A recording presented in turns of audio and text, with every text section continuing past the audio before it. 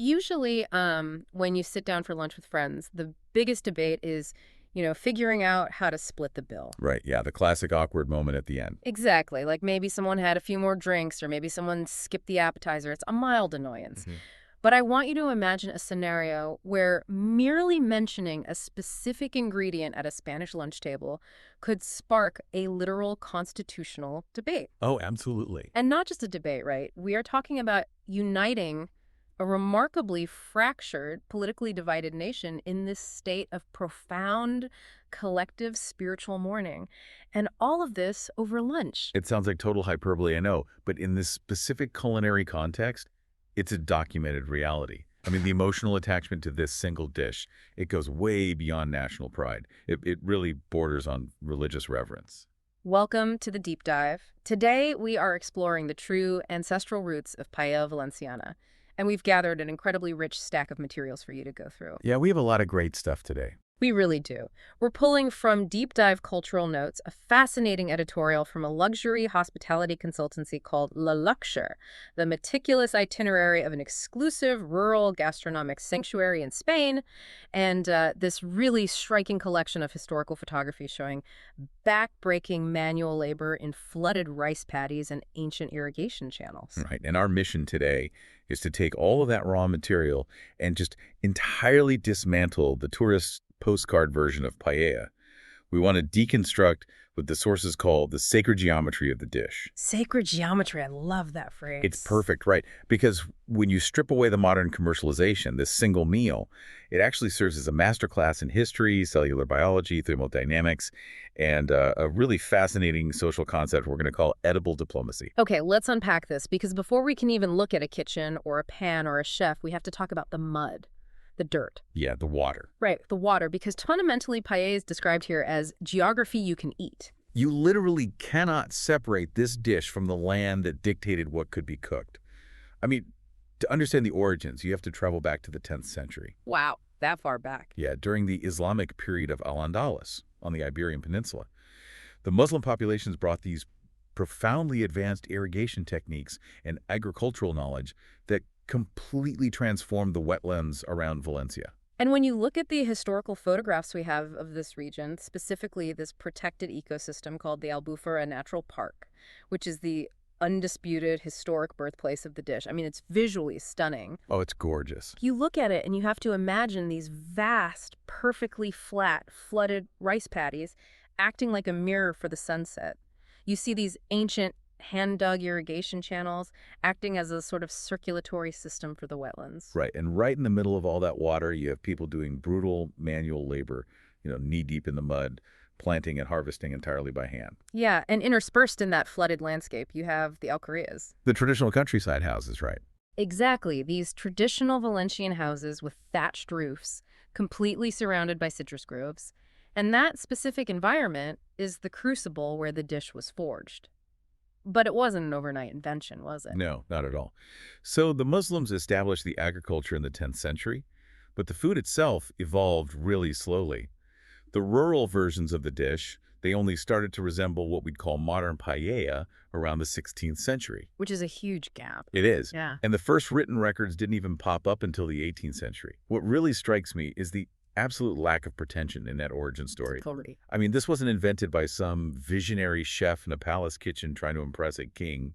It was pure, unadulterated agricultural pragmatism. Because it was lunch for the people doing that brutal labor in the wetlands. I mean, they couldn't leave the fields to go find a specialized market. Right, they had a job to do. Yeah, they had to cook what was living and growing in La Huerta, the immediate local orchard and the fields right around them. So they grabbed whatever was within arm's reach. They used snails that were pulling themselves through the wetlands. They caught local wild rabbits. Right. They used chicken, and they pulled specific local beans from the surrounding crops. And it's funny because today, a restaurant might charge an absolute premium for a curated farm-to-table or zero-kilometer experience. Oh, absolutely. But for these workers, it was just a Tuesday. It was simply what they had on hand before they had to go back to work in the mud. And right in the center of all those local ingredients is the grain itself. Now, in authentic paella, the rice is never a sidekick.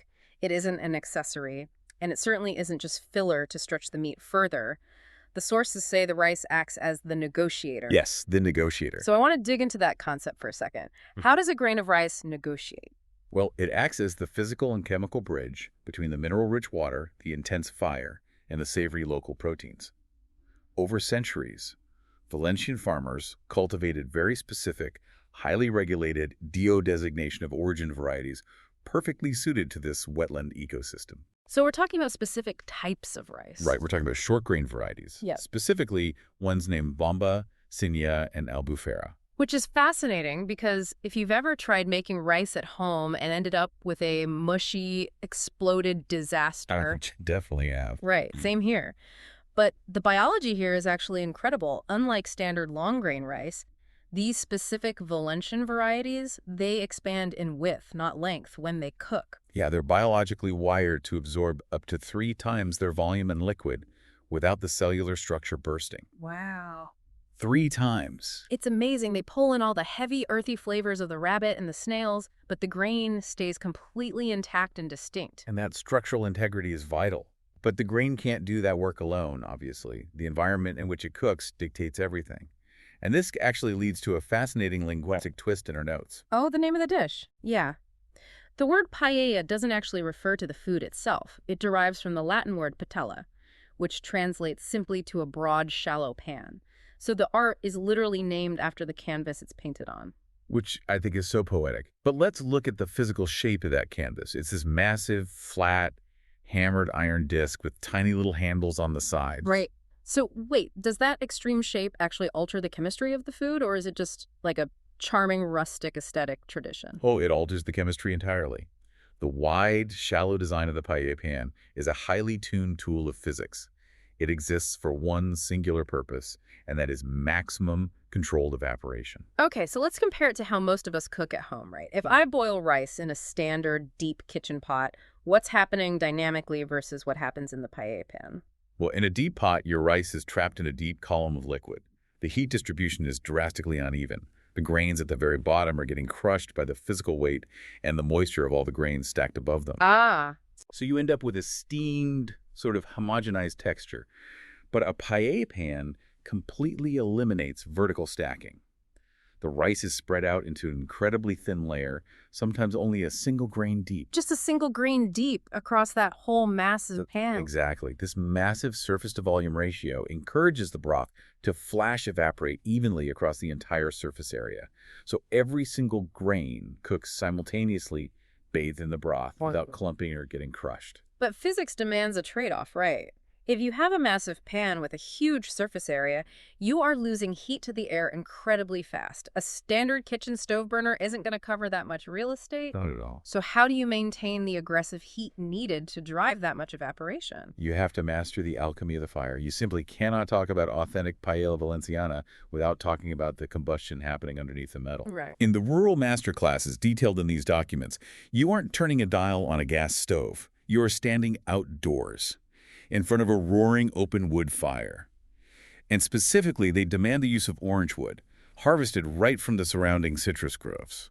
See, when I read that in the sources, my immediate thought was that this has to be purely for the romance of the experience, like cooking over orange wood so the scent of citrus blossoms wafts through the breeze while the tourists sip wine. It sounds great for a brochure, doesn't it? Exactly. But is there an actual mechanical, thermodynamic reason to use orange wood, or is it just excellent marketing? Well, the aromatics definitely matter. The smoke from the orange wood infuses the rice with a distinct, subtle sensory layer.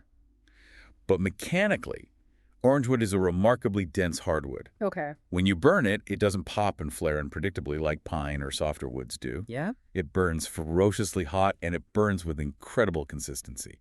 Ah, so if you're trying to perfectly manage the rapid evaporation of liquid across a 3-foot-wide flat iron pan, a surging, unpredictable fire is your worst enemy. Precisely. If the fire drops, the rice stews and turns to lush. If it flares too high, you burn the entire dish to ash. That dense orange wood provides the precise, relentless thermal energy required to drive the moisture out of the pan. And you need that exact thermodynamic control to achieve the ultimate prize of the entire process, the Socarrat. The Socarrat. For anyone listening who hasn't experienced this dish in its true form, the Socarrat is basically the Holy Grail. It is this prized, deeply toasted, intensely crispy layer of rice that forms at the very bottom of the pan, right at the boundary where the iron meets the fire. And it is crucial to understand that this is not an accident. Right, it's not the result of walking away and burning your lunch. Not at all. It is the concentrated, deliberate culmination of the whole cooking process. As the very last of the liquid evaporates, the residual fats from the rabbit and the olive oil drop down to the bottom. Under that steady orange wood heat, the starches in the rice undergo the Maillard reaction. Oh, right, so like a complex chemical process where things caramelize? Exactly. The amino acids and reducing sugars caramelize. It creates this crunchy crust that provides a stark textural contrast to the tender, distinct grains sitting immediately above it. But achieving the Socarrat without crossing the line into a burnt, acrid mess, that requires an absolute mastery of the negotiation between the wood, the water, and the starch. Yeah. And because that equilibrium is so fragile, disrupting it isn't just viewed as a minor kitchen mistake by Valencians.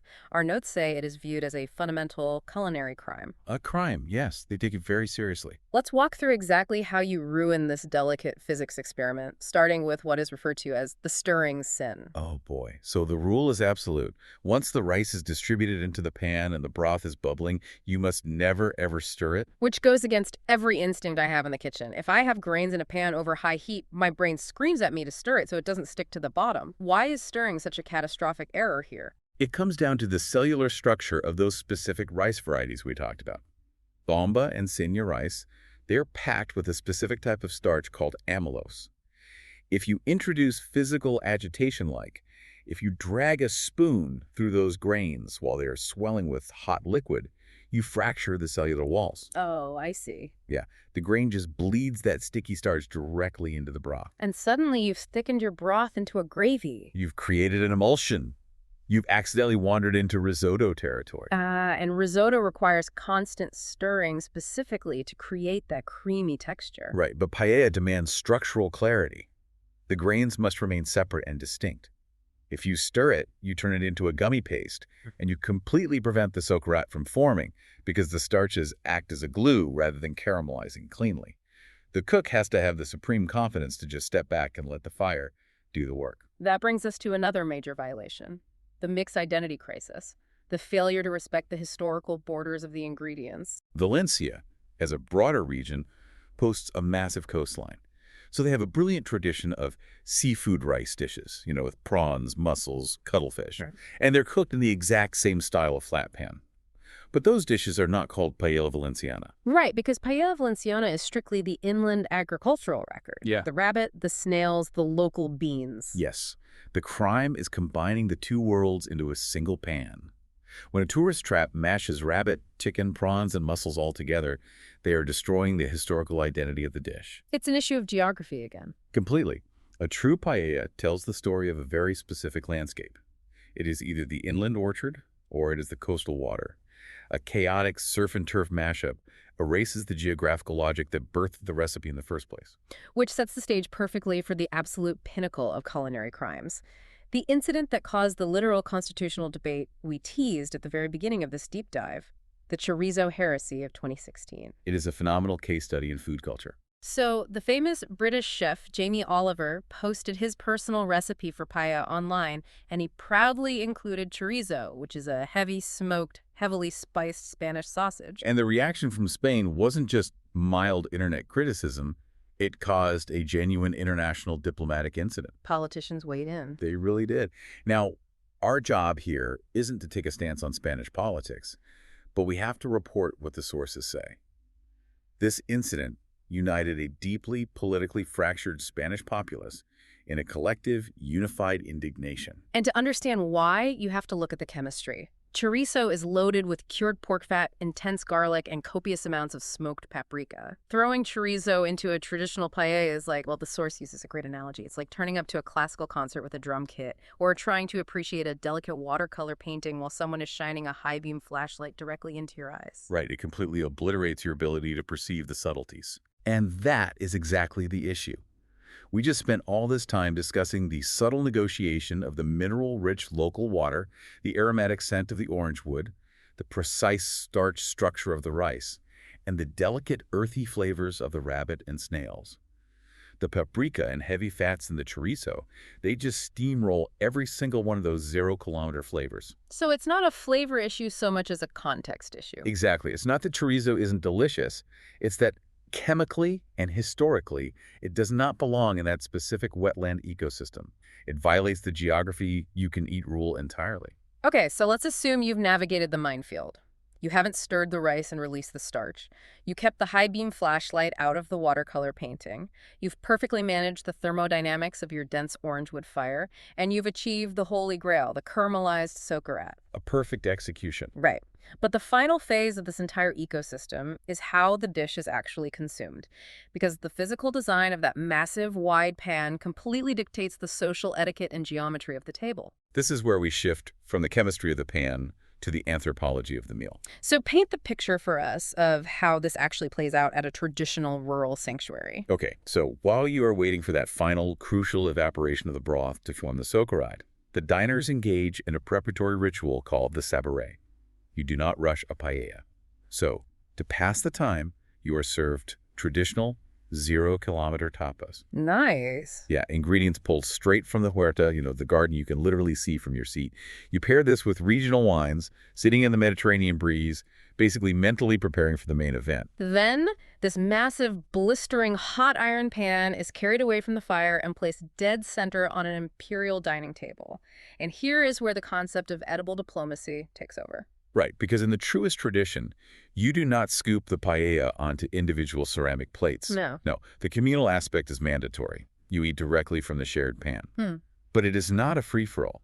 There are strict unwritten borders. Diners are expected to map out and respect their specific territories. So if you are sitting at the edge of the table, you project an imaginary triangle from the edge of the pan directly in front of you, culminating at the center of the pan. That triangle is your sovereign jurisdiction. Exactly.